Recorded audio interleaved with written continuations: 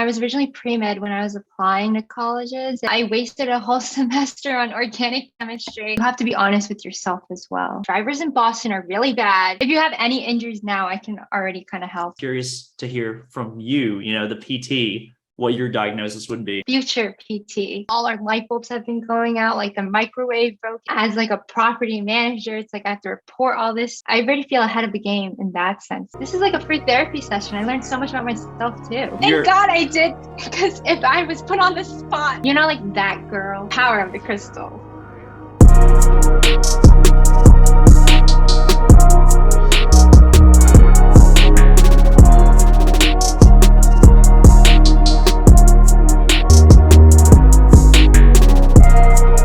Okay.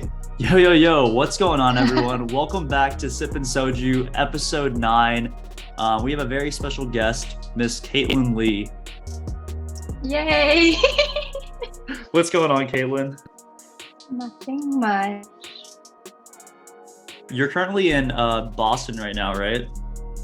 Yes, I am. I'm at Northeastern. I'm going on my 3rd year. Very cool. How have you liked Boston so far compared to New York?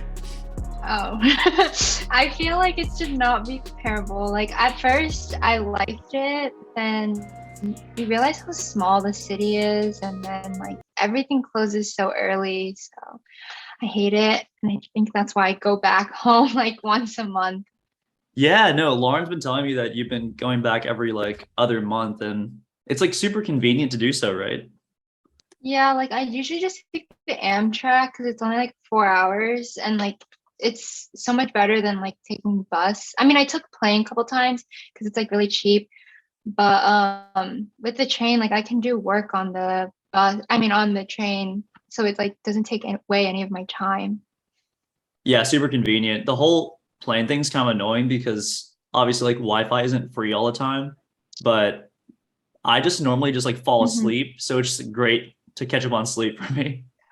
Thanks for I was just saying that you were already on top of the gang because you already started introducing yourself, like where you were from and all this stuff. But yeah, I guess like why don't we just segue into it right now? So you're currently at Northeastern, as you said. Do you mind giving a little more backstory as to where you're from and where you grew up and how you why you're at Northeastern right now? Okay, I grew up in like downtown Manhattan, Chinatown, and now I'm in Northeastern studying health sciences and minoring in sociology. I chose Northeastern because I was choosing between Northeastern and University of Michigan, and I was originally pre-med when I was applying to colleges, and I think like the national average for like med school acceptance is like close to 50, but Northeastern like 70 something percent of the kids end up going to med school. So I was like, okay, like this is perfect because Michigan was too like competitive. So then I chose Northeastern because I was like, they also have a co-op program that I wanted to do because I was like, that'll put me ahead of the game. But then once I took organic chemistry, I was like, I don't think this is for me. So I switched to physical therapy track. Gotcha. No, going back to your college selection, you said you were choosing between Michigan and Northeastern. That's really interesting because Lauren, your sister, was basically like, why didn't she choose Michigan? And I was like, well, I don't know either. Yeah, I think it was just like because it was too competitive and I don't do well in a very competitive environment. But I mean, sometimes I do regret not choosing Michigan. Have you been to Ann Arbor at all? Yeah, I went when like Lauren was still there. I think I went like 2 or 3 times, and then I was there just this past April because one of my good friends goes there. That's really cool. No, I think you personally, I mean, I'm a little bit Michigan biased now because I actually visited Ann Arbor as well the last couple of months, and Hey, it's pretty cool. It's like a smaller campus than what I thought it would be, but it's like nice. Yeah. I think it has, in my opinion, like the reason why I regret choosing like Northeastern over Michigan, like one of the big things is that they're so big on um like sports there, and they have like a lot of school spirit. But like I think like I would get bored there just because it is a small town. Like I already feel like Boston is so small. Like I can't imagine like how it'd be in Ann Arbor for so long. Yeah, no, for sure. I was only there for like 1.5 hours and I thought it was kind of small, yeah, already. Yeah. Um, so it sounds like you made the right decision for yourself, given that you're no longer pre-med, right? Yeah, I switched to physical therapy. I think I like kind of decided for sure around like November, December. What made you choose physical therapy aside from, having similar classes to like your pre-med track? Like what really geared you towards wanting to pursue that? Oh, well, I mean, like, I think, well, my, my sophomore year of high school, I was on my school's basketball team and I got injured. I feel like this is like every PT story, like why they're PT. They were once an athlete and got injured. And then I had to go to PT because I tore my meniscus. So I really liked it. Am I lagging? You're lagging really badly on my end. How can I tell if my Wi-Fi is bad? Um, you sound Oh clear my God, have now. you ever had? No, no. Every guest I've had on the podcast has had phenomenal Wi-Fi. So this is this is something new here. No. That's so strange. Like literally the Wi-Fi's in my bedroom too. Oh, really? Like Okay. there's never been a problem. No, no worries. No, I think you sound good now. Yeah, I Okay. guess we'll just continue rolling with it. But if you don't mind, do you mind going back to what you explained about how I heard you got injured? Do you mind like repeating that part of the story? Oh yeah. Okay. So yeah, I went to PT for it and then I really liked my physical therapist and then like I realized like I liked that a bit more than like being a regular doctor because you see like the same patients like 2, 3 times a week and you can actually build a connection and because I'm someone I'm very like outgoing I feel like and I like to socialize so I feel like that was meant for me more than just being a doctor where like I'd probably see like a patient like once a year or something. Gotcha. Yeah, no, that makes sense. Do you think that you still would have chosen PT or have even considered it if you didn't get injured? um Because I like don't know. injury obviously like exposed you to it, right? Yeah, for sure. Like I feel like I mean I know like even some people still don't really believe in like physical therapy like they don't understand like how that can help you. So I don't really know if I would have known about the field, but I think one of the big things that shifted me away from med was because of how stressful I realized it was and because I don't do well with stress. I think I would have found an alternative of like something I can do in like health sciences but not necessarily like being a medical doctor. Gotcha. Yeah, no, that makes sense. Going back to what you spoke about PT, I'm very curious. What was like the most stressful part of your PT experience? Because you did an internship essentially, right? Hmm. Are you asking like my real stressful part during like my recovery or like when I did like my Oh, oh, like co-op? not like physical injury wise, but like for your actual like co-op. Yeah. Oh, okay. I think it was like more of the beginning that was like the most stressful because you have to know like a bunch of exercises and like sometimes like a lot of patients didn't realize that like my role was just an exercise technician so all I'd be doing is setting up the exercises and a lot of them didn't realize like I was just a second year in college so they thought like some people thought I was an actual physical therapist already so they'd ask me questions like oh like why am I feeling pain here when I do this and then like if I like had to go like ask like the actual therapist but she was busy then I'd be stressed and like I'd kind of have to like think of something on the spot but also be like oh like we should like that's like a better question for them just because I don't have too much knowledge like physical therapy it was like kind of stressful. Yeah, no, for sure. I think especially starting something new for the first time, obviously like you gain a lot more confidence with experience and experience is something you don't start out with. So, yeah, I can totally see why that would be pretty stressful.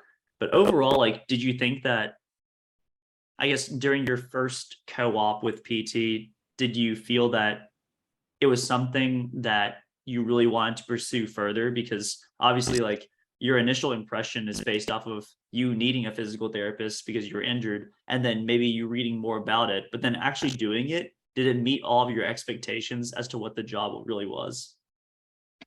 Um, I mean, yeah, like I feel like I ended up loving what I did so much. Like I was so upset to like when it ended. And because I got to form so many connections with some of my patients. And like some of them like even got me like a gift on like my last day. And it made me so sad. And like it's like you make all these friends. And like the thing about like physical therapy too is that like when a patient finishes, you hope to see them again, but like also at the same time you don't hope that, because then the only reason why you probably would see them again is because they're injured. Right. But it's like you start seeing them as like kind of a friend in a way, but it's like weird because like you still also have to have that professional like you can't be like too friendly with them. But yeah, I don't know, I really loved it. And it's just like I kind of like it kind of solidified my like thought of like, yeah, this is definitely what I want to do. Gotcha. No, that's really cool. I think it's always awesome when you identify something that you're interested in, and when you actually do it, it like meets the expectation for what you kind of had. So that's really cool, and I'm happy that you switched over from pre-med over to PT because it sounds like it's something you're a lot more interested in. So really Yeah, awesome I stuff. think I think also too, like, when I like kind of decided what I wanted to do, like when I was like more set on physical therapy, like I felt less stressed at school because I think like when I was like, oh, I need to be pre-med, then it's like I kind of have to be top of like all my classes. But like it's not like necessarily like now like like I shouldn't be at the top, but it's like it's less competitive. So it's like because I feel more confident in myself, like I'm enjoying like my classes more too because there's less stress. In terms of the classes, how do they differ from like the pre-med track to the PT track? Are there certain courses that like you don't have to take that are maybe required for pre-med? Yeah, I wasted a whole semester on organic chemistry. I only need two semesters of like any chemistry. Um, and like I already kind of had that from like high school because I had like APs. And then I have to take anatomy and physiology, which is like one course I'm kind of shocked pre-med doesn't have. Um, but yeah, I have to take that, and I think pretty much everything else is like the same. So when I switched tracks, I wasn't like necessarily like behind. Yeah, no, I think that's also really nice that number one, you already had credit from high school, and also like the switch made sense. It wasn't like you were going from pre-med over to like natural history or something like that, and you like had no background or experience. Um, Yeah. yeah, that's really cool. I don't really, no one that I know is a physical therapist. So, later on down the line, if you do decide that PT is 100% the track that you're going towards, I'll be curious to pick your brain on, some more questions. Yeah. If you have any injuries now, I can already kind of help. So I'm gonna put you on the spot right now, actually. Let's say hypothetically, Already? let's say hypothetically that someone that I know sprained their wrist. And let me explain the situation to you. So this Is this person, you? no, it's not me. But Okay. let me just say, essentially working on the gym, he had two dumbbells, right? And he was like pressing up, doing like an incline chest press. And let's say one of the dumbbells maybe was too heavy and it fell down his wrist and like pinned it backwards. And then now his wrist is like sprained and or like we don't really know what's going on with it, but he feels like searing pain when he uses it. And it's been like that for like 4 weeks. He has been to the doctor and they didn't really give him a diagnosis, but I'm curious to hear from you, the PT, what your diagnosis would be. The future PT. Okay. But um I don't well, PT's not really diagnosed. So How I would you went rehab him potentially? oh, okay. So I mean the big thing about PT is it's high reps, low weight. So it's a lot of like wrist movements, like he can like be going like up and down with like his palm facing down or like like a fist just down and up. And it's just like most of the time when we had like wrist patients, it'd be like a 1 pound dumbbell, like for like a minute going like up and down. And it's like the thing with like physical therapy is like it's so tedious in the sense that you're doing the same repetition over and over again, like 3 sets of like 30. And like always end up becoming shocked of like how helpful that ends up being. Cause like I actually had one patient who like she like her thumb was like, I don't really remember what happened, but she like it was injured. And she said she did the same exercise like all day, like the same exercise, just like kind of like stretching her fingers like with resistance. And then the next day she came in, she was like, I don't need physical therapy anymore. This is my last day. And she just made it her last day because she was like, I'm okay now. Wow. Does that tend to happen often where the patient feels good enough and they make that judgment call, or like where's that fine line where it's like, oh, maybe they feel good, but maybe they should stick a little bit longer because, maybe they're not fully better yet. Do you have a say in any of that at all? Not me, but like that's usually something they'll talk to with the therapist because usually like the therapist and the patient are on the same page when they realize like, oh, they're starting to get better. So they might go down from like 2 days a week to like once a week, and then they'll see like how they are. And like most of the time, because a lot of the time physical therapy isn't just what they do in the clinic, they have like homework. So they have to do their exercises outside. And like physical therapy is basically just teach the patient like how to take care of themselves like at home or at the gym and take those exercises. So it's like once they start feeling better and they know they can do all their exercises on their own, then they can like pretty much be done. Gotcha. Okay, yeah, that makes sense. Definitely that communication to make sure that the patient and the physical therapist are both like aligned. Otherwise, I know there are many times when, especially for athletes, probably at the professional level, where they get a little bit better Mhm. and they're like, oh, I feel fantastic. You want to play for your professional team. Let's like an NBA player tore their ACL or something, and they feel a little bit better, but they're like, I want to be on the court, I want to play with my teammates, and they're just not ready yet. So that's pretty cool to Yeah. hear. Honestly, that was kind of me. I feel like I still have like knee injury. But like I feel like I actually wrote a whole paper about like the like sports related injury and like how there's just so much pressure for like an athlete to go back. So it's like the thing with like physical therapy is like no one really knows how well you are doing but yourself kind of. So and like you have to put in the work, and whatever work you put in is like going to be the outcome. So it's like you have to be honest with yourself as well. Would you say a physical therapist kind of is like a motivational coach then, in a certain manner? Because like you are giving them, the right path and direction, but your role seems to be like encouraging them to do what you're saying, right? Yeah, I feel like it's also more than a coach. Like sometimes you have like just patients like talking to you as if you're like a regular therapist. Like they're like branching out their day and like they're Mhm. just seeking like regular advice too. Like I feel like a physical therapist is like three people in one. Which aspect of physical therapy, you said like the three different parts that basically make it up, do you find the most challenging? I think it depends on the person. Like, Okay. I mean, like, cause like for me, like being like a regular like therapist to like the patient, like I like helping people with their problems. So it's like I don't mind listening to it. But like I feel like I'm not that great of like a motivational speaker. So in sense of like being like a coach to them, like I feel like I'm not the best at that. And then just being like a regular physical therapist, like I feel like that's like not that hard. Gotcha. Well, I mean, I'm glad that it sounds like you enjoy most or all of the parts that come with being a physical therapist, because obviously otherwise you wouldn't have chosen that path then. So Yeah. makes sense. Switching gears a little bit, and this is somewhat related to physical therapy, but the whole co-op process at Northeastern, this is like completely like mind blowing to me because I've never heard of a co-op. Even post college, I never knew what it was. But Northeastern does it. Do you mind explaining a little bit more about what that means and like what the process is at Northeastern? Yeah. So at Northeastern, like I think like 90 something percent of the students do co-op. And like, if you don't do that, you have to do some other sort of like experiential learning thing. I think it's like either do that or like study abroad, and then there's like one other thing.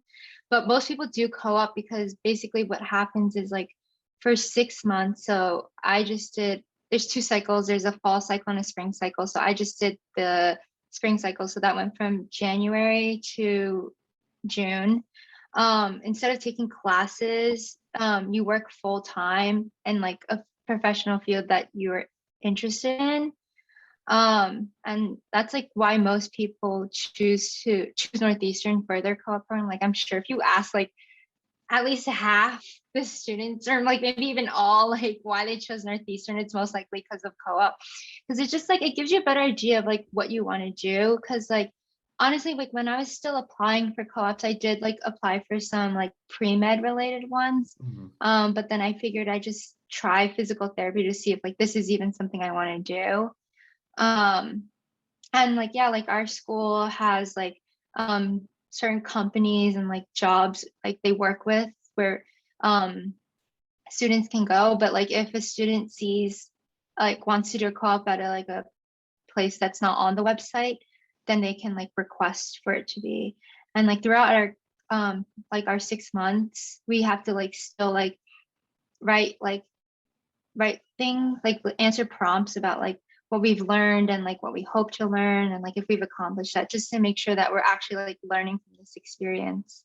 No, thanks for giving me an overview there. That makes a lot more sense. In terms of the actual like application process, is there like a list of different co-ops that are available on like your school's website and you apply internally through there, or is it like a different process? Yeah, so I actually took like a whole course my fall semester like to prepare me for it, because everyone gets a co-op advisor to kind Okay. of help them, because essentially I think like everyone ends up getting one, like, and you kind of, it's in a way I felt like it was like applying for colleges. You have like your reaches, your target, and like I don't really think there's any like safety. um but yeah, like everyone kind of already gets one, and there's like a whole website called like NU Works, and you can see all like the possible jobs.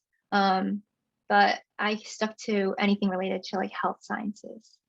Gotcha. And in terms of how competitive it is, how many spots does like a really competitive, let's say like a reach, like how many spots do they have for like students? I'm very curious. um I don't really know, like okay, so like a lot of the ones I applied to, the company was only looking for like one worker. Okay. But like one of my roommates who was like at a hospital, like there were so many like people who could apply and like get it. They just be working on different floors. And like I think it also depends on what you're studying. Like I think like people in the business school, they have to start applying like this summer. That's what I like heard. And then Mhm. I didn't really have to start applying until like October before my co-op. So it's like I think it just depends what you're studying and like on like the company. But there's so many jobs on the website that like pretty much everyone will get like something, but it's not necessarily like what someone would probably want. Oh, okay, I see. Gotcha. So it's like you're most likely going to get some type of co-op experience, but depending on what you're studying and also how well you do in like the interview process, that determines Yeah. like whether they choose you for like the one you want or whatever. Yeah. And then also too, like some, like I don't really know much about like the other schools, but like so at Northeastern, like I'm at the Bouvet College of Health Sciences, so I can see like, you know, all the other ones. But like some of the jobs that I were looking at were like only for nursing students. Okay. um yeah, and then to also like for me, because I when I was looking at like physical therapy, the physical therapy people who are doing that in my school, it's like it's a very small amount of people doing it, so it's like not as competitive. But like the ones like if I were to look at a hospital, I think most of them they prefer if you've already done like one co-op, so they know you have some experience, because there's probably like more like things you would have to do.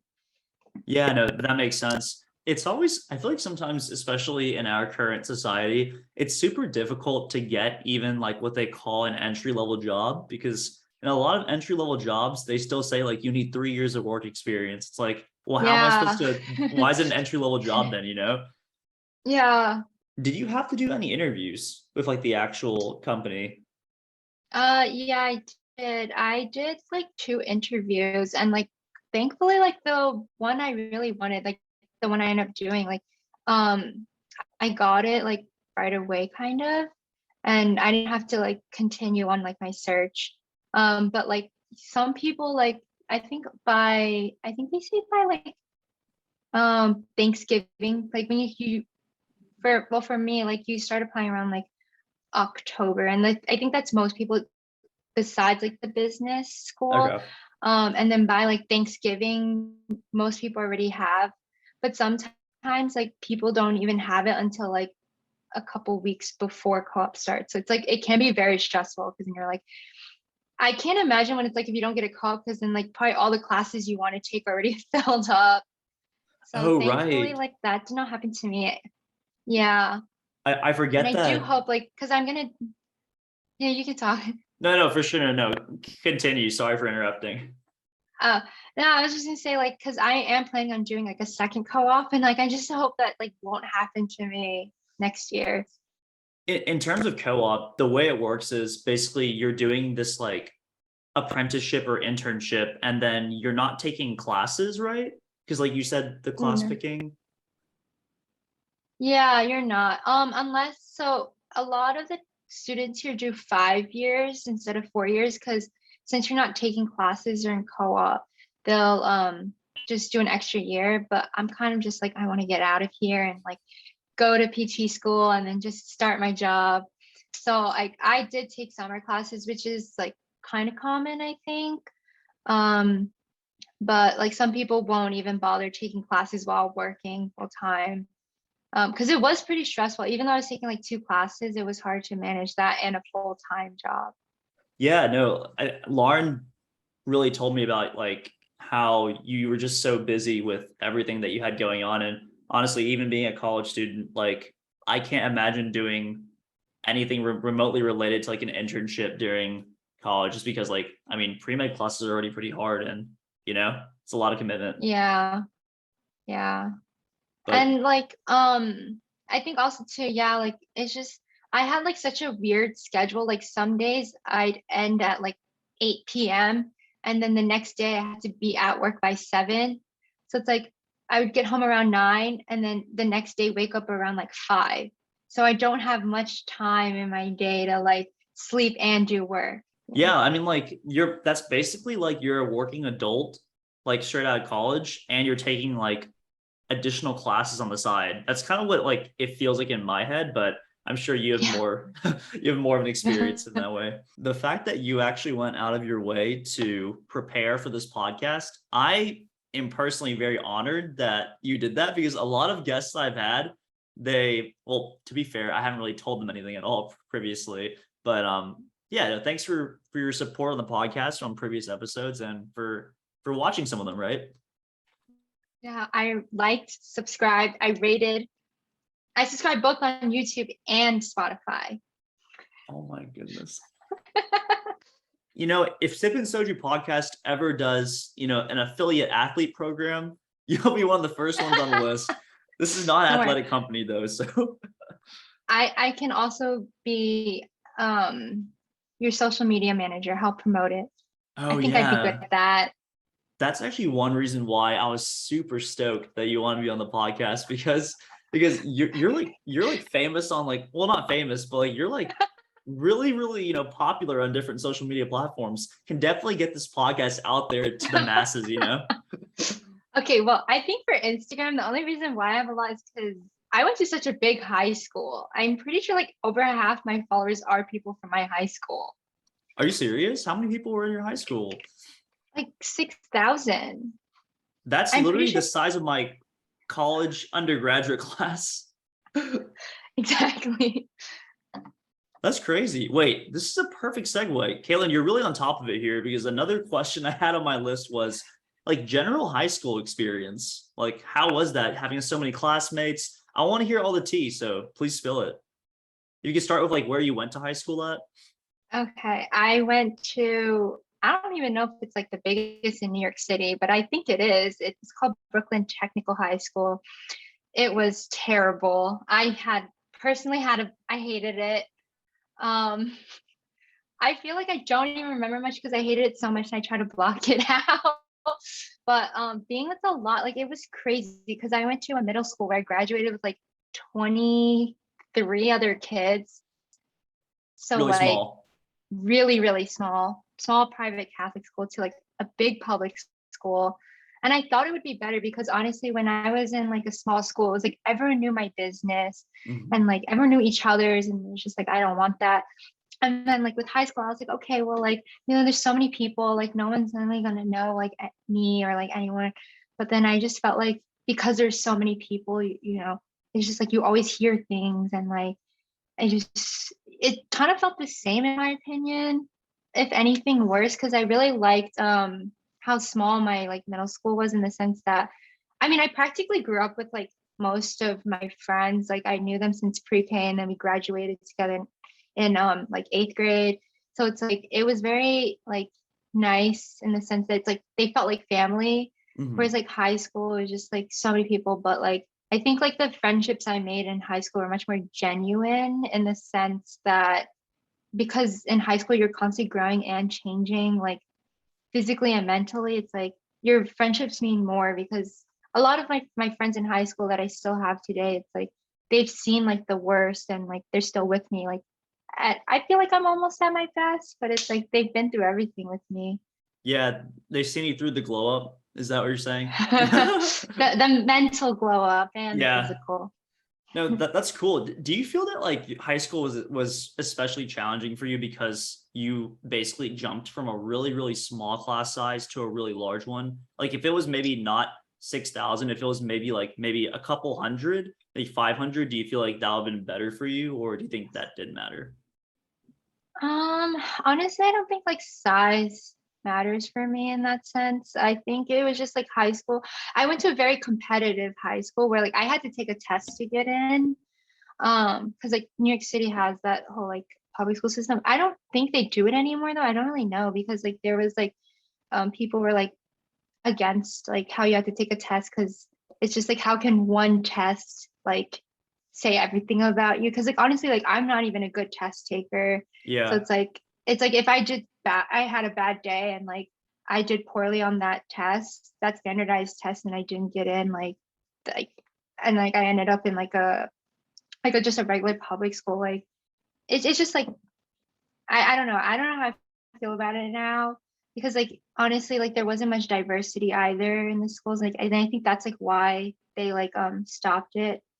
But yeah, because like I went to such a competitive school, I think that's what made it like hard for me. It wasn't the size, it was just like everyone like it wasn't even just everyone to know your business, but it was like everyone kind of wanted to know like what you got on like tests and like where you were applying for colleges. Like during the college application process, like I really try to keep quiet. Mhm. And like I even like try to apply to schools that I knew many people weren't applying to because it was just like one like it's like I know Northeastern like their acceptance rate is like actually I don't even know what their acceptance rate is, but it was like let's say it was like 23%, Mhm. right? In my high school, the year before, they only accepted like 5% because like 300 people applied, but then only like 20 got in or something like that. So it's just like I wanted to keep to myself because it's just like I didn't want people asking me like, oh, where did you apply? And like, oh, did you get in? Because like I got in. And it's just like I didn't like how like competitive it was. Gotcha. Yeah, I feel like that type of culture is that's really unfortunate because I mean, just by nature, when you go into a high school or when you go into any academic setting where, kids are really motivated and really intelligent, it just sounds like having all of them together, naturally, it would be a very competitive environment because probably all of them are at the top of their class before. So, Yeah. yeah, I really wish, the academic setting was more collaborative or was like more focused on your individual journey, but that's just not the case because people are competitive. That's just the nature of people sometimes. Yeah. Yeah. How was dealing with like taking a standardized test to get into high school? Because I don't know if you know this about my life story, but basically growing up in, a very small city in Alabama, I've never heard of having a test into high school. Like that would be so stressful for me. Like I didn't know that was a real thing. So I just went to a public high school. But like is that like a common thing in New York, or is that just like the nature of going to one of the more competitive schools? Yeah, it is common, but actually I found out recently that um because like New York City is so like diverse and so big, there's some kids who like, so you take like the test in like eighth grade. So there's some kids who go um to like middle schools in their like district, and they're kind of disadvantaged in a sense like financially, and it's just like some kids don't even know that there is specialized schools in New York, which I didn't even know. Mhm. I thought like that was something everyone in New York City knew and like everyone tried to do, but it's like I didn't realize that some people didn't know about that, and like some people never even like could go to like tutoring for the test, because like I went to I grew up like, I mean, I'm so lucky that like my family has like the means to be able to like send me to a good school and like get me like any tutoring I need. But like I went to a middle school with like kids and like would go like for a year of studying for this test Oh and wow, like yeah. actual tutoring. Yeah. So, but for me, it was just like, it was like one summer, just kind of like getting to know what the test was like. But yeah, it's like pretty common because like there's I think seven of these specialized schools. So there's like obviously like a lot of spots, but like relative to how many kids in New York City there are, like obviously there's It's still like really only a small number can get yeah, in still. yeah. How do you think the state of New York can do better with helping these kids who maybe don't have, the academic funding or the financial support to be able to have the same resources as, let's say, someone who's definitely, in a more privileged situation? Yeah. I mean, well, for one, I think that's also why they kind of got rid of the test. But Okay. I think like just making it more known, because it's just like I think I heard about it through my my middle school. Like were the ones who like prepped me for this test. But like I think just like having more people speak about it, like with anything in general, just like more advocacy for like a lot of things, just like asking for change and just like making more things known. I really like that suggestion that you brought. I feel like that would have been super helpful, not only to get into those, really specialized schools, but also just like for a lot of places, like my public high school in Alabama, I did not know like Questbridge or any of these other programs that like offered you, almost full ride or a lot of financial support existed. And like, had I known that, I definitely would have applied. So I definitely Yeah. agree. Yeah. I think also too like New York City's like Department of Education, like because most kids in New York go to like public schools, like I feel like they should have like a group within the department to like go to these like schools in like more disadvantaged areas to like speak about like opportunities, and like just even make more opportunities for like kids. I really like that. Yeah. Maybe you could kickstart it. No, I you're know. probably too I mean, busy. like, no, I mean, like, that's kind of also why I like wanted to minor in sociology, because, like, I mean, like, I'm taking a class right now called like Environment and Society, and like, I'm really learning about like how disproportionate like just harms are to like certain groups, and it's just like I want to make a change because it's just like I feel like it's so divided everywhere. For sure. I definitely, that's really cool that number one, I didn't know you were minoring in sociology.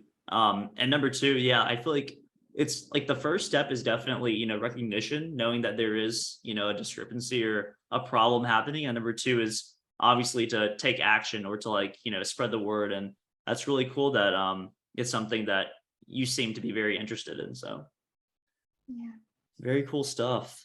Going back to, you said you're very outgoing and you're very like energetic socially, but in moments when, let's say you're like not feeling social or like you just don't have the energy, because even for the most outgoing people, like you need to recharge, you just gotta have some time to relax. What do you do in those situations to recharge your depleted social battery? I love working out. Like, I like took like a month break recently, and I just started getting back into it. And I forgot how much I love like it being my alone time. And then, because I usually spend like 2 hours at the gym, Oh my and God. then, well, More of a also gym too rat like than me. Yeah. I know, and then also too like I like I'm like at like I like to cycling a lot. It's like just that's also like a long time, and then also just going for walks, just because sometimes like I literally just went on one today because like I had like a bunch of friends over this past weekend, but like I kind of just needed like time for myself because I feel like I was just like constantly like talking and socializing with people, and it's just like kind of just need a like a walk like just really helps me like clear the air. You just put on some good music, put your headphones in, you just walk aimlessly and just think or not think. Yeah, no, for sure. Is that how you're justifying getting the AirPod Maxes? Yeah. Okay. Okay. Two reasons. Well, actually, it all has to do with my alone time. I thought it would motivate me to go back to the gym, and it has. And then two, it's just like the noise cancellation is really good, but sometimes I take it off because I'm like, oh, the drivers in Boston are really bad. So I need to make sure I can hear if a car's coming because I don't want to be hit and I don't hear anything. Because I'm telling you, like, I can't hear like anything going on outside of this. Um, but yeah, like it's just like I like before I sleep sometimes, so I'll just put it on and then just like zone out for a bit or like meditate. That's really cool. No, I definitely feel like from some of the social media influencers I've been following, they all have like AirPod Maxes and they're at the gym wearing them. I feel like that's like an aesthetic look right now, right? Or It is. It's like a very like clean look. yeah. I feel like like that girl. Like, have you heard of like that term? Yeah, no, I've heard of that from Lauren, I think. Yeah. Yeah, It's like like I feel the like it girl, right? yeah, like I feel powerful. Like when I walk and I play like my like I love making like Spotify playlists. So I have like one called like main character. If I just put that on, like I feel like I'm on top of the world and like no one else matters. That's hilarious that you said main character because one of my college roommates, he basically had a glow up. He got some tattoos. He had like straight Asian hair, and then he got a perm. He Term. started hitting the gym a lot more. Like almost complete like even wardrobe makeover. And we were just saying like he's really on that main character energy right now. So it's funny that As he should. as he As he should, should. yeah, as the young king should have his That's chin up. yes, yes. That's awesome. Aside from like working out and just like taking walks, taking time for yourself, do you have any other hobbies or things that you do to help with like stress in general? Um, I mean, honestly, I've been so busy that it's like I feel like I haven't had time. But like, I used to like paint a lot. Like I follow those Bob Ross paintings, and I really Oh, like cool. that. Because just like I feel like it's like between that and like hiking, which is like something I did a lot being like quarantine, where it's just like you're focusing on like one thing, so your mind isn't like going all over the place. Like where it's like for painting, it's like you're focusing on the little details that you have to like paint in, and like with hiking, it's like you have to watch like every step you're taking. So like because that's your only focus, like it's really good to just like clear your air, clear your mind, and like forget that there's other things. And then like also too like my this past fall semester I did like a lot of like meditation and manifestation, and I feel like that helped me a lot. Like all my roommates would just be like they would always hear like Tibetan singing bowls playing from my bedroom, and at first they were so confused because it's just like a very like I don't even know how to describe it, but it's like a very like calming like spiritual sound. And then it got to the point where they were very used to me just playing it every night. You have to send me and Lauren a link of that soundtrack because I've never heard of that. Yeah. But that's really cool that you found just another outlet to de-stress. I feel like meditation is a huge one that previous podcast guests have mentioned. And in terms of manifestation, you believe in crystals, right? Yes. The What power of the crystal. how did you discover the power of the crystal? Like what, like, because like I didn't know that was a real thing. And well, I didn't know that, first of all, I didn't know that was a thing. Let's not dive into the real part, but I didn't know that was a thing until like earlier this year. I mean, at first I didn't really like think much of it because like I mean, I grew up Catholic, so obviously like shouldn't really be like I shouldn't even be using that stuff. But then I feel like I went through like this whole thing with myself. It's like start questioning all of that.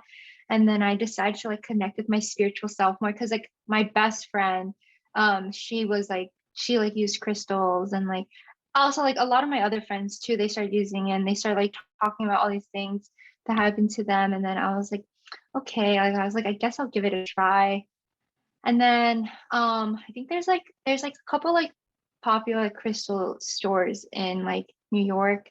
Mhm. So I got a few and then I decided to like, clean it and then like manifest with it. And then I felt like I for some reason like I felt like so much better and I felt like more positive and confident that like a lot of like good things are gonna happen to me.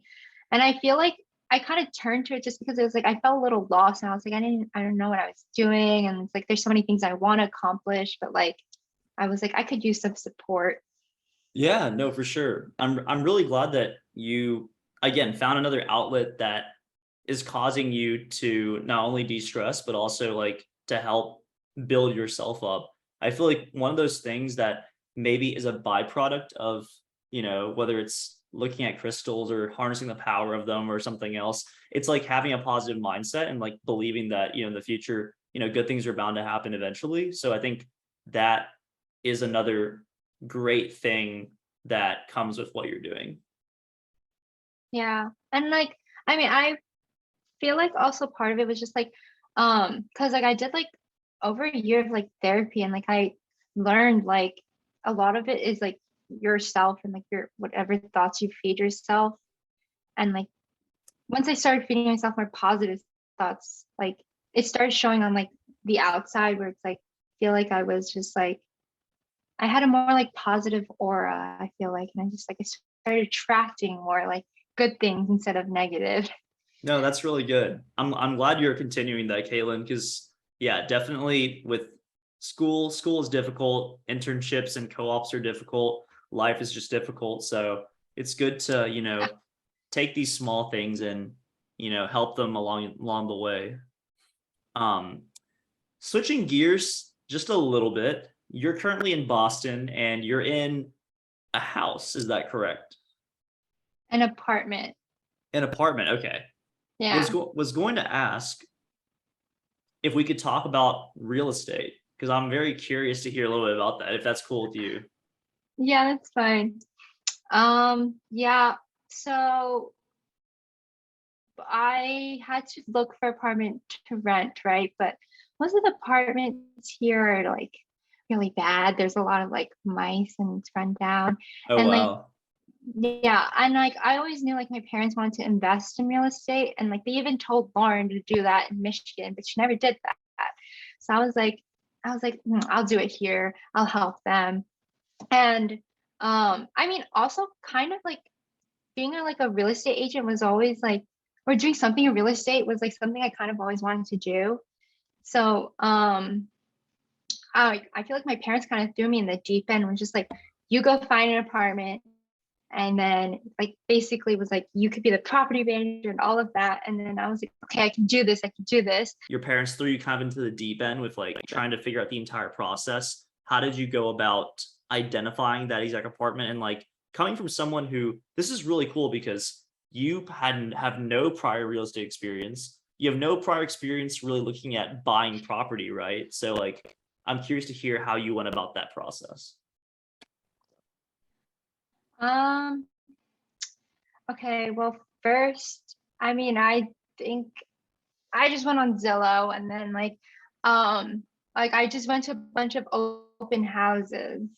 And then from that like I met like a real estate agent who ended up working with me and like she actually helped me so much because then she was like, oh like actually like this is really common for like college students to be looking at properties for their parents because like she said like she's worked with like students who like parents live in like a whole other part of the world, and so she was like, she kind of knew how to like work with students. So like that helped me so much, because then like I honestly didn't really know much what I was doing. And like I knew I had to like kind of like find a place that wasn't like too run down, because then in the end, like what like we want out of this is like profit. And like I had to choose it in a good area where it's like, once I leave Boston, like this area and like this apartment is still like likable to like a lot of other people.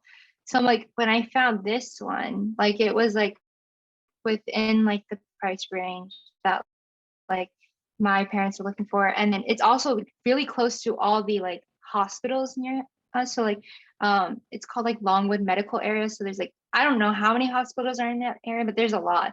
So I was like, this is perfect, because then I feel like like people in residency doing that, or like just like any like med student or doctors would probably like in the future probably would want this, because like I think it's like a 20-minute like walk over to like the whole hospital area. And like I think like Harvard Medical School like is in that area as well.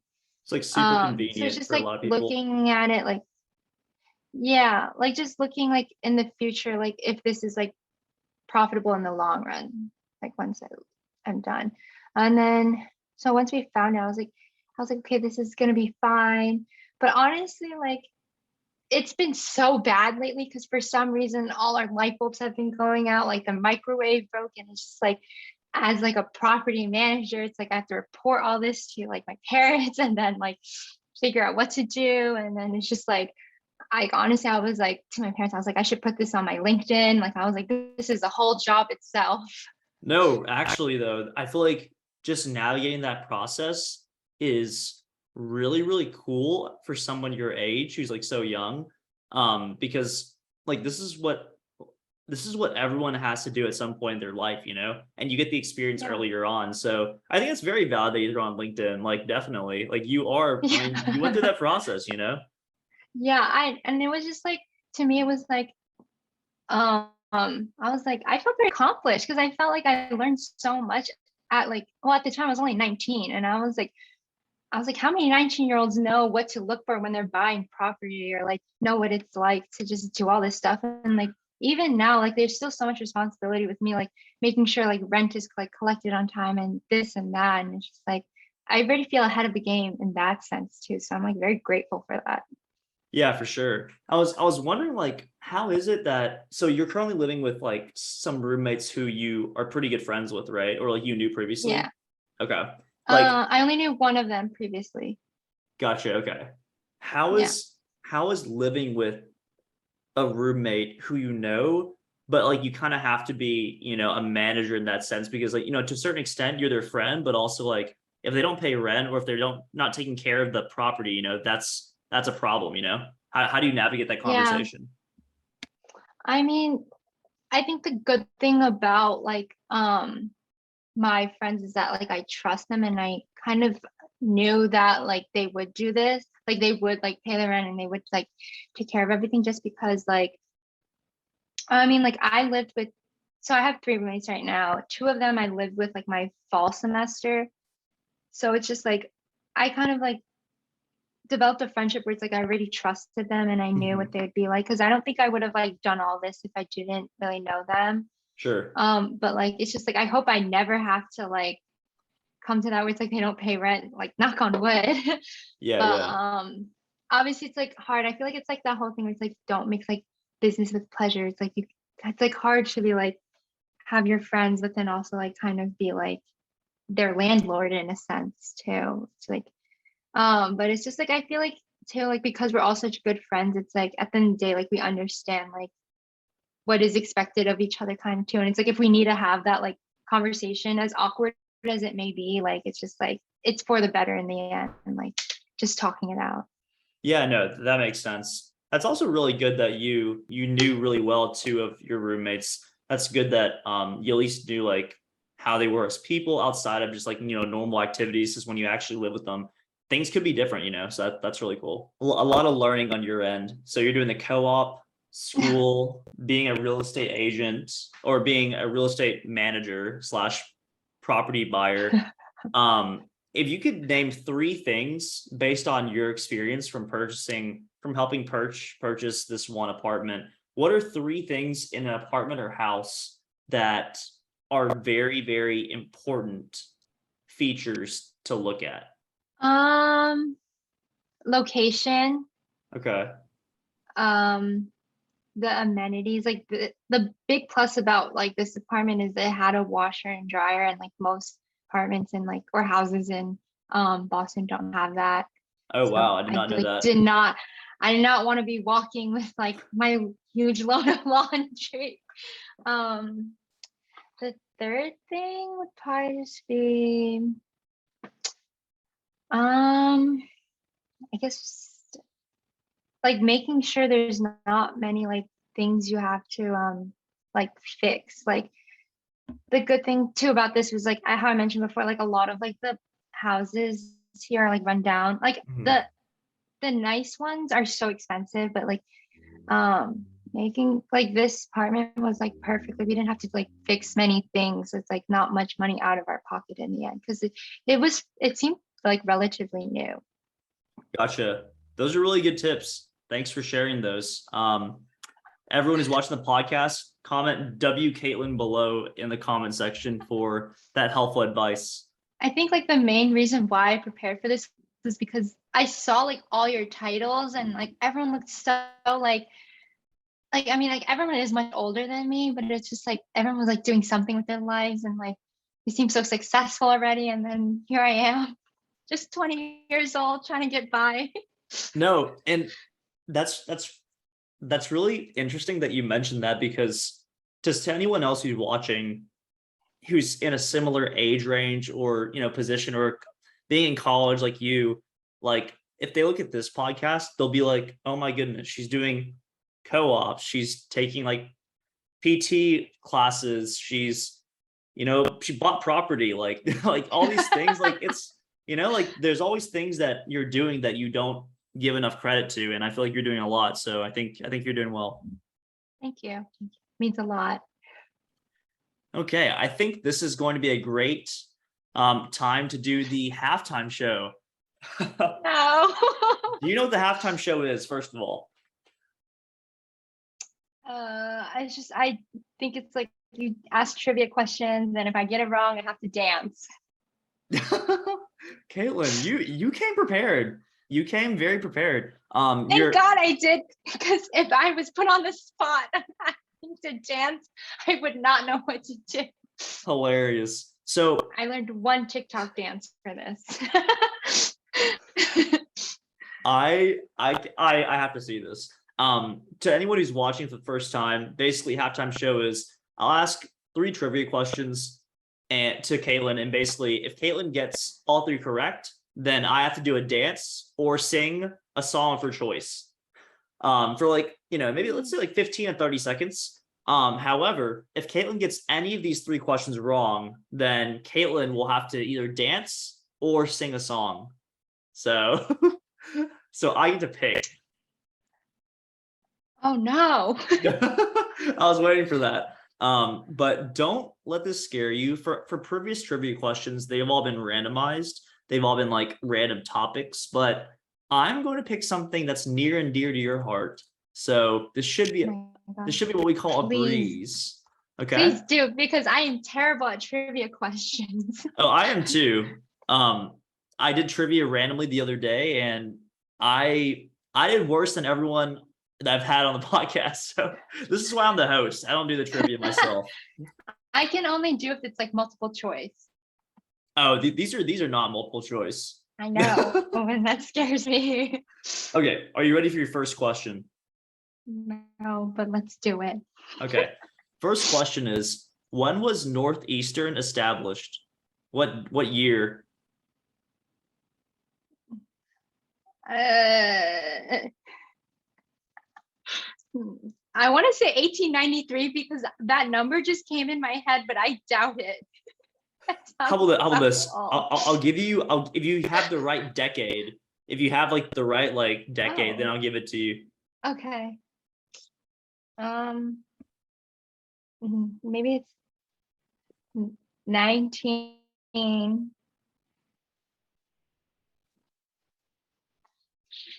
1958. Wait,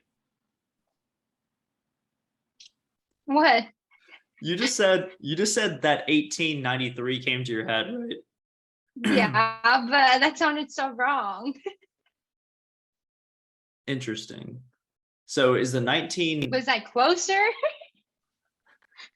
well, that's like 60 years apart.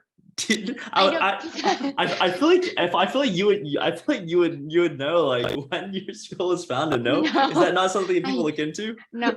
I was literally looking around my room to see if I had anything Northeastern to see if the year was there. I did not look at the year. The year is not important. Also, too, like that's related to history, and I hate history. I'm so bad at history. Oh my goodness! All right, this is not going to go well for you. No. I'll give you the okay. I'll tell you this. One of your answers is the correct answer within 10 years. One of them is completely wrong. Do you go with your gut or do you go with the second choice you picked?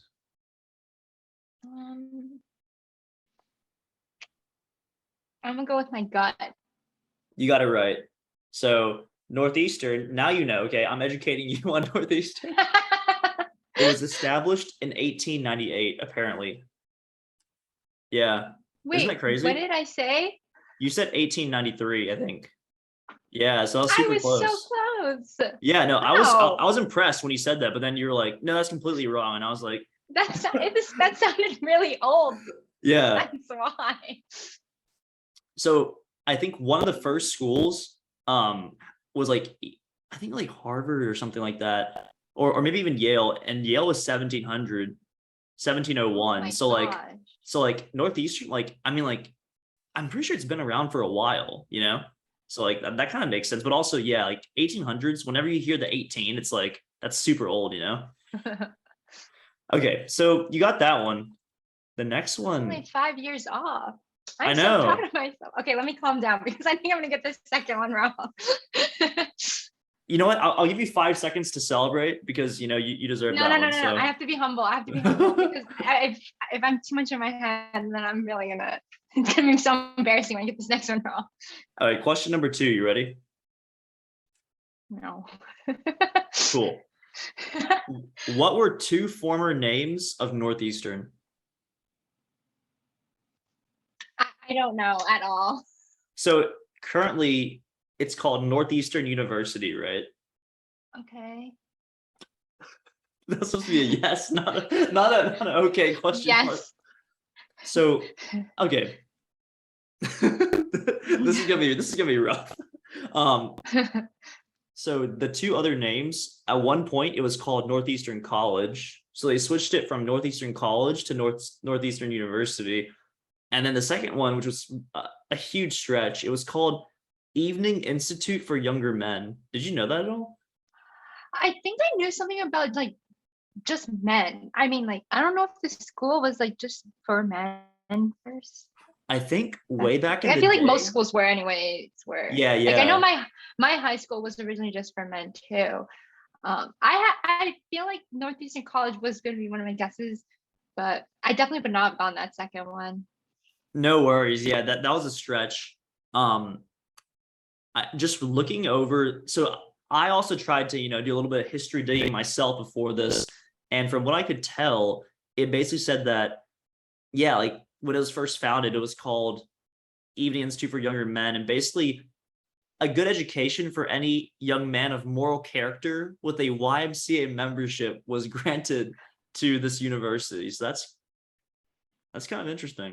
Did Oh, not know that. I now wonder because we have a like a YMCA like right on campus basically. I wonder if like that was like affiliated back then too.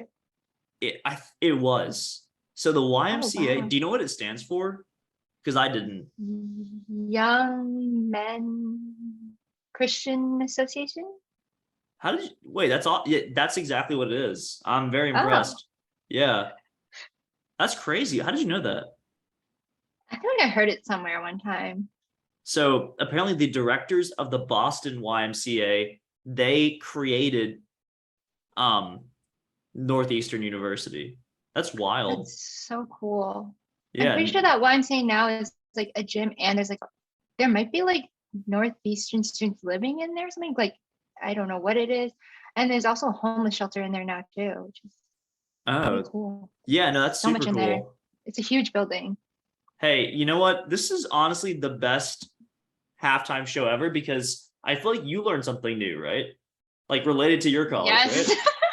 This There is we go. embarrassing that you're educating me. You know what? You can thank Julia. So Lauren's roommate. Yeah. She came up with the amazing suggestion. I think her and someone else did previously. I need to cite them below, but they basically said that I should ask questions related to something that the guest should know. And then it'll be even more hilarious if they don't know it. And I was like, this is genius. How is this something I should know? or like might know. I did not look into Northeastern based on when it was founded and what it used to be like named. You know, fair enough. I didn't either, but this was kind of cool learning it about it, you know? You could have chose like TikTok or like something I know better. I could have, but this is no. This is a scam. You purposely do hard questions because you want to see someone dance and you don't want to see yourself. No one come on this podcast. wait, we gotta cut that out. We gotta cut that out. I'm gonna comment how you really edit your videos then. That's hilarious. No, I love all these bloopers. I'm definitely leaving this one in. I think, yeah, for some reason I just thought you would know these things. Clearly, I was wrong. But you know what? I'll give you one more try, even though you got that one wrong. I thought Lauren would tell you that I'm really, really bad at history. It's like my worst subject. I did not know that, but now I know. That's good to know for when you debut on the podcast again for your second appearance as a PT. It'll be a good time. So let me ask you a question then. When did TikTok come out? 20. Oh, I was in high school. So my sophomore year. 2017. 2017 or 18, I think. I'm gonna go with 2017. Is that your final answer? Yes. You got it. Congratulations. That's awesome. Was it in the US 2017? Yep. Then? Yep. No. Honestly, like that is really cool that you got both of those two. And honestly, I mean, you're a Gen Z, so you should know. You know, like when the hottest application comes out at the time, I'm sure like everyone in your class, everything was like on it, right? Honestly, no. Everyone was like clowning it at first. Like, everyone was like I feel like in the beginning, like if someone saw me on it, they were like, what are you doing on TikTok? Like you make TikTok videos, and then they ended up getting TikTok. Oh my goodness. It's hilarious. Also, wait, I just realized, am I your first Gen Z guest? Define what age Gen Z is. Isn't it 1990? Like anyone like 19? Well, I know 1998 is like border of millennial and Gen Z. So 1998. So that would be 2023. 24. 24. 23, 24. That means I'm Gen Z. But you're 97, right? Right, but I'm 24 right now, so we're going by age. I think by year. Oh, okay. See, because Lauren was 98, but she doesn't like to be called Gen Z. She doesn't want to be associated with us. That's good to know. I'll definitely call her Gen Z from now on. To break your spirits, there was one other guest. He was the podcast member actually 2 episodes ago, named Severin. He's only 22, I think, and he's in yeah. So he kind of beat you too there, but you're the first like 20 or 21 first 20-year on the podcast. Let's go. Hey, everyone comment 20 in the comments. No, that's awesome. Kaitlyn, due to the nature of the show and due to limited time, unfortunately, you did not know all the questions related to the trivia. So I'm gonna give you the option, okay? I'll let you either do your TikTok dance, which you've been practicing, or so the TikTok dance you have to do it for 30 seconds. The other option is you can sing a song for 15 seconds, but I get to choose the song. See, because the TikTok song dance is probably only like 7 seconds, so it'd be me doing this dance like Do it 4 times in a row.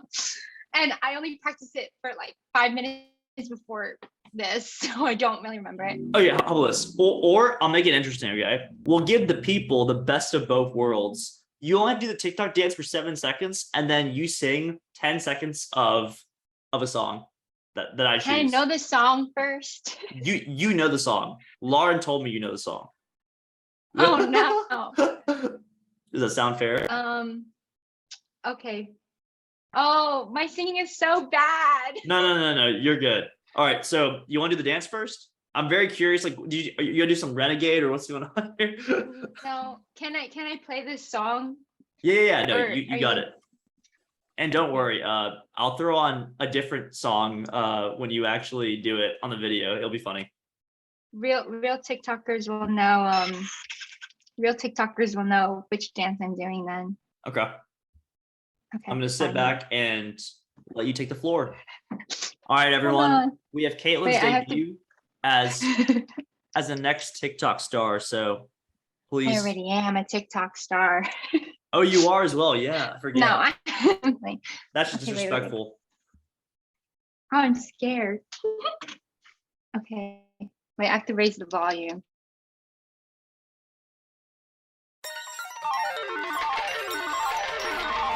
Double cup, stop phone, pull it up. And she look bad in the Maybach truck. Bubble butt, cost 10 to fit up. LSD attach stick stuff on the tongue. 25. Okay. That was wait, that was really good. That was really good. I liked how you did the. Wait. Can this be an extra 5 seconds? So the only song I have to sing is like 5 seconds. Sure.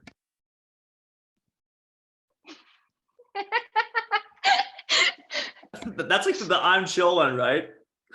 So funny. Yeah. Oh my god.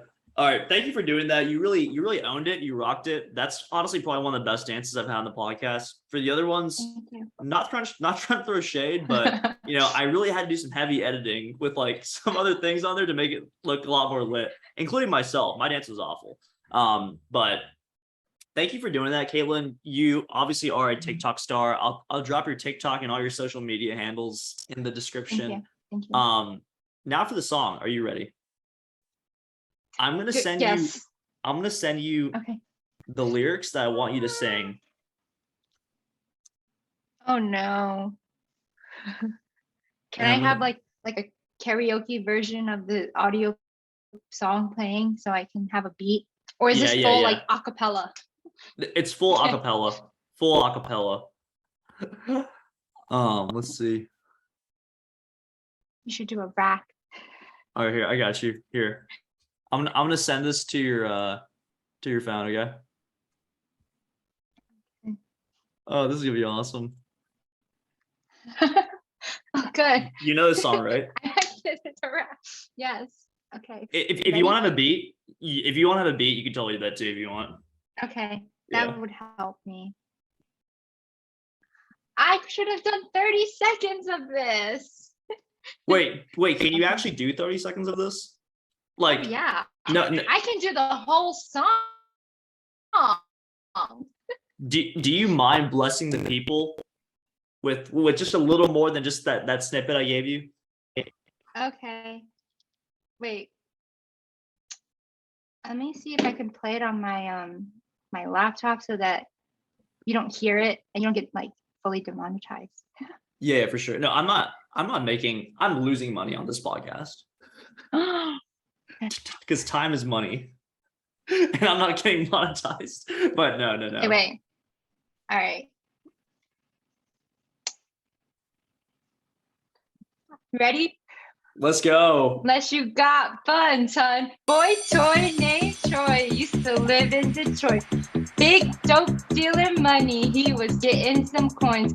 Was in shootouts with the law, but he lived in a palace. Bought me Alexander McQueen, he was keeping me stylish. Now that's real, real, real. Gun in my purse, bitch, I came just to kill. Wanna go first iPad and push some daffodils. I'm I only took a half a pill. I'm on some dumb. That I was think that was awesome. like 30 seconds. Yeah, no, that was awesome. Hey, Thank you. that was amazing. Kaitlyn, no, honestly, that was awesome. And thank you for owning it. Thank you for not just doing it, but thank you for actually like doing it. You know what I'm saying? That's my go-to karaoke song. But yeah, thanks for being such a great sport. Honestly, the content that we got just from that show itself, that was amazing. If you haven't done that dance yet on TikTok, you should totally do it. You'll probably like gain like 10K subscribers, something like that, or followers. Maybe you need to do it for your Sippin Soju podcast account. Yeah, I mean, if I lose, I might do the. We'll see. I gotta keep the people guessing though. You know, I can't lose every time. I really only have a couple more questions. Yeah, go ahead. I was gonna say I'm kind of glad I lost. That was pretty fun. Hey, everyone go on the podcast to do this. That's awesome. I love that enthusiasm. Okay, for everyone else who loses on the podcast, don't be horrified. Just own it and enjoy the experience. You'll be made into a social media star. Yeah. Sippin Soju podcast is actually an agency that gets all these young stars promoted. But yeah, I only have a couple more questions. They're more rapid fire, so really gonna pick your brain on these to see like the first thing that comes to mind at that school. Okay. First question is, what is your proudest accomplishment so far? I think being able to everything we just spoke about, like being able to do my co-op already, like just being a property manager and having my EMT license all by the age of 19. That's awesome. No, you should definitely be proud of yourself for that. And again, I'm really glad that we had the time to discuss those things because, you know, prior to you telling me about these things, you said that like, oh, all my other guests are so accomplished, but you yourself are doing a lot. So you got to give yourself credit too, you know? This is like a free therapy session. I learned so much about myself too.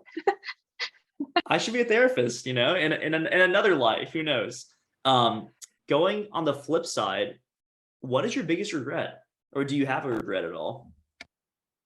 Honestly, like I feel like I've learned to not have regret, but I think one of like I wouldn't really say it as regret because I think without it I wouldn't have learned from it. But I think one of the biggest things was like being so hard on myself throughout high school and like really like making like, oh, I have to do this and this and this by a certain time rather than just being like going with the flow kind of and just like letting like nature take its course and like I have a path for me, but it's just like I don't need to like do things at a certain time and accomplish at a certain time.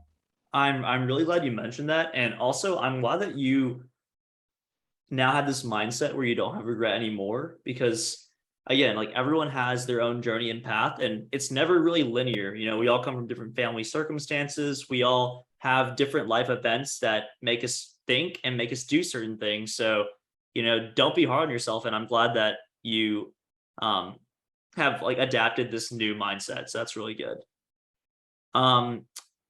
What's your most embarrassing moment?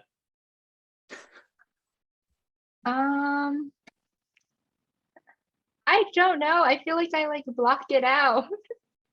I have one for you that Lauren told me. If you don't have any that come top of mind. You can share it. The nose surgery. Oh, I didn't have nose surgery. When I was like 4 or something, I saw on TV like these girls had like nose rings. So I took like my like I don't know what it was. Maybe it was a Barbie doll, like the ring of the Barbie doll, and I tried to put like a nose ring on me, and it ended up going up my nose, and I was just bleeding like nonstop, and like I was afraid to tell my parents because I thought they'd get mad. And then like my mom took me to the doctor, and like it was like around the time of like my like annual checkup. So like when they checked in my nose, they're like, there's something in her nose. And then yeah, they found out. They stuck like a long thing, pulled it out. It was in my nose for like a while. When I said nose surgery, I didn't mean like you had surgery for your nose. I meant like, yeah, that Barbie doll's ring.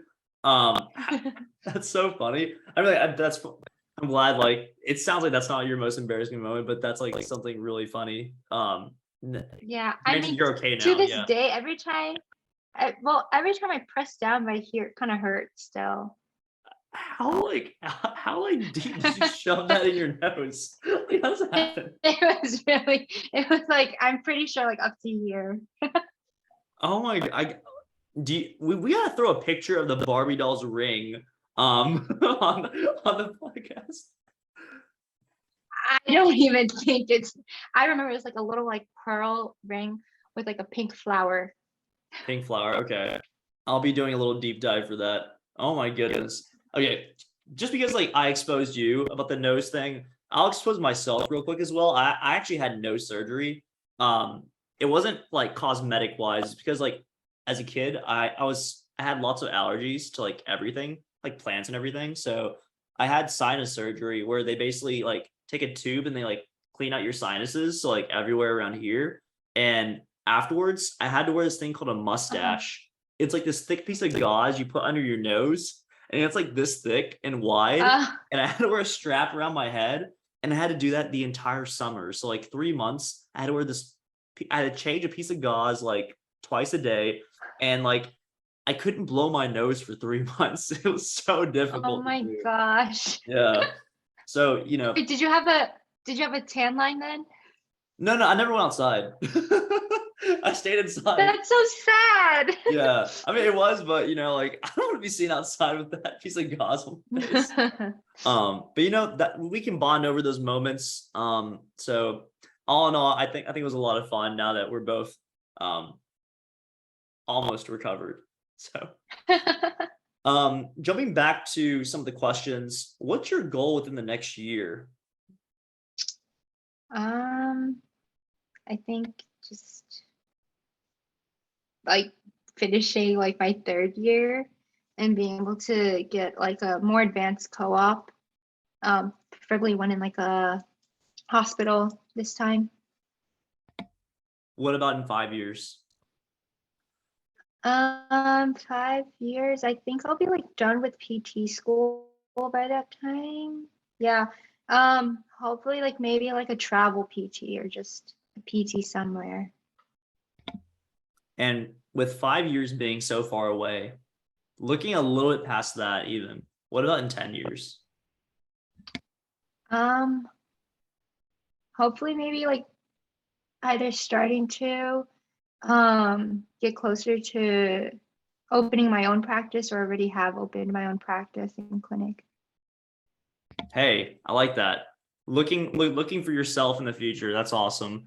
Kaitlyn, thanks so much for not only opening yourself up to these embarrassing moments, but also just like really immersing yourself in the podcast, whether it was, the dancing or the singing, or just like really taking the time to think about these questions. The last question I have for you, or rather the last request I have for you, is for anyone who stuck around this long, do you have any final remarks on either, a motivational quote or any advice that you like to give anyone else who's watching at the end?